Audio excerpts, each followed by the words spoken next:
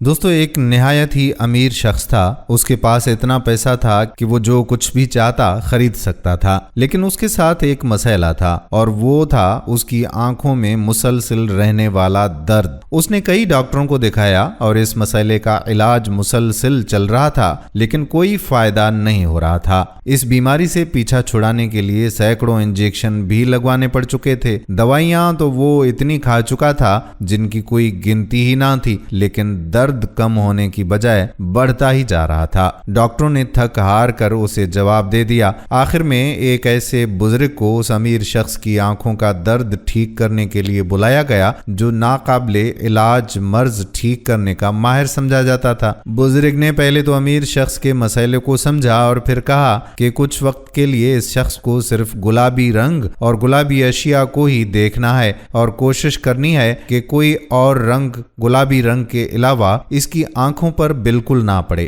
اس امیر شخص نے فوری طور پر پینٹرز کو بلایا اور کئی بیرل گلابی رنگ کے ڈبے خریدے اور ان پینٹرز کو ہدایت دی کہ جو چیزیں بھی اس کی نظر سے گزرنے کے امکانات ہوں انہیں گلابی رنگ سے رنگ دیا جائے۔ کچھ دنوں میں ان صاحب کا گھر، آفس، فیکٹریوں کے در و دیوار، کپڑے، جوتے، کرسی، میز، بستر، کھڑکیاں، گھر کا ساز و سامان، گاڑی، نوکر چاکر کی وردیاں، یہاں تک کہ کھانے پینے کا سامان بھی گلابی رنگ کا ہو گیا۔ اس امیر شخص کی آنکھوں کو سکون تو ملا، لیکن وہ امیر شخص اپنے گھر اور دفتر میں مقید ہو کر رہ گیا۔ نہ کہیں گھومنے جا سکتا تھا اور نہ ہی کھڑکیوں سے باہر جھانک سکتا تھا۔ اس کا جینا دو بھر ہو گیا۔ کچھ دنوں کے بعد آخر اس نے بزرگ کو دوبارہ بلاوا بھیجا۔ وہ بزرگ اس امیر شخص کو دیکھنے دوبارہ آئے تو امیر شخص کے ملازم گلابی رنگ سے بھری باٹلیاں لے آئے اور انہوں نے اس بزرگ کو بھی اس گلابی رنگ سے شرابور کر دیا،